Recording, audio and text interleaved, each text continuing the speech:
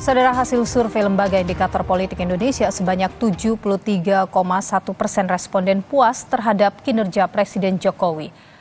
Direktur Eksekutif Indikator Politik Indonesia Burhanuddin Muhtadi menjabarkan dari jumlah itu 13,4% sangat puas, 59,7% cukup puas, 23,1% kurang puas, 2,8% tidak puas sama sekali, dan 1,1% tidak tahu.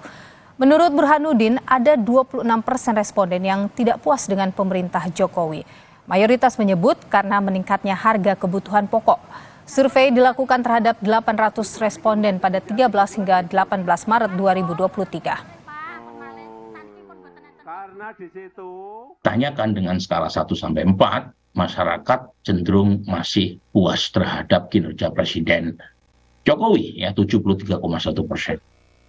Nah, kita tanya, ini kan ada 73% yang puas, kemudian ada 26% ya kurang lebih yang tidak puas. Nah, 26% yang tidak puas, apa alasannya? Ini dia. Saudara, Ketua Umum Golkar Erlangga Hartarto yang menghadiri buka bersama Nasdem menyebut meskipun berbeda koalisi, persahabatan tetap terjalin.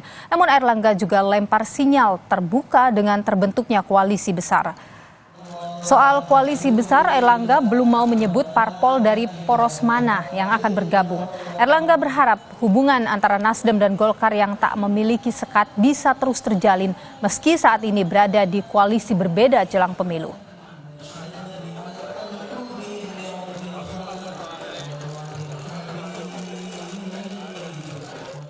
Dan ini salah satu bentuk keterbukaan dan juga kehangatan Pak Surya dengan Ketua Umum Partai Golkar, dan antara kami tidak merasa ada sekat walaupun partainya sudah berbeda. Ya kalau koalisi sama-sama punya koalisi, betul. Nah, tentu dengan koalisi yang sama komunikasi menjadi hal yang penting di dalam politik. Ya tentu tadi salah satu wakil ketua umum dari P3 dan tentu partai KIB nanti akan membuat keputusannya sendiri. Demikian, koalisi besar di mana-mana menguntungkan Indonesia. Jadi kita tunggu tanggal mainnya. Terima kasih. Wassalamualaikum warahmatullahi wabarakatuh. Sementara Direktur Eksekutif Parameter Politik Adi Prayitno menilai masih mungkin kehadiran Ketua Umum Golkar Erlangga Hartarto di acara buka bersama Nasdem terkait penjajakan antar koalisi atau bahkan Erlangga sebagai salah satu kandidat cawapres Anies. Misalnya Erlangga Hartarto itu sangat mungkin diajak untuk menjadi bagian dari poros perubahan. Mungkin juga disorongkan untuk mendampingi Anies Baswedan. Karena beberapa waktu yang lalu ketika Nasdem berkunjung ke Golkar, keduanya terlibat saling senyum, saling hangat, dan keduanya saling menggoda untuk menjadi bagian dari poros mereka masing-masing. Kata Nasdem, sangat mungkin Golkar menjadi bagian dari perubahan. Kata Golkar, sangat mungkin Nasdem menjadi bagian dari koalisi Indonesia Bersatu. Apalagi kalau kita melihat pernyataan elit PKS dan Partai Demokrat, ada ketua umum partai politik yang mengincar posisi. Soal manuver Golkar mendorong wacana koalisi besar, kita berbincang dengan Direktur Eksekutif Carta Politika Yunarto Wijaya. Bung Toto, selamat petang, sehat selalu. Selamat petang, Mbak Nilu. Iya, jadi Bung Toto, kalau kita lihat ya, selesai bukber dengan Nasdem, Erlangga kemudian ngomong lagi, tunggu tanggal mainnya koalisi besar. Bagaimana Anda membaca pernyataan itu?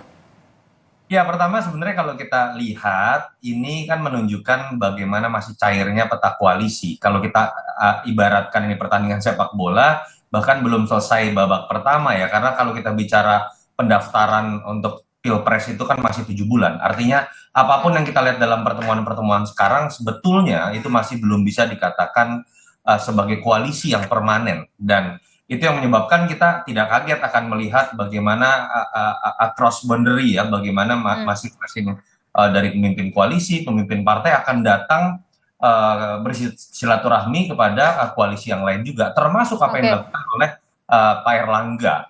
Kalau kita lihat dalam beberapa bulan terakhir, komunikasi dari Pak Erlangga ini malah cenderung lebih banyak kepada pihak di luar KIB sebagai koalisi yang sudah dibentuknya, koalisi Indonesia Baru. Kalau kita lihat sebelum ini ada pertemuan dengan Caimin, bertukar sarung, sekarang dengan Surya Paloh datang. Ini minimal memperlihatkan menurut saya ada upaya dari Pak Erlangga untuk menaikkan bargaining dengan menunjukkan bahwa dia memegang peranan besar dalam percaturan politik. Oke. Dan mungkin dia menurut saya bukan sekedar ingin menjadi followers, tapi ingin menjadi pemain yang berperan besar. Oke, Bung Toto, mohon maaf sekali, saya harus memotong pembicaraan Anda. Saya juga harus mengakhiri dulu dialog kita di Kompas Petang, Bung Toto, karena kami harus breaking news, saudara. Kami breaking news Kompas TV.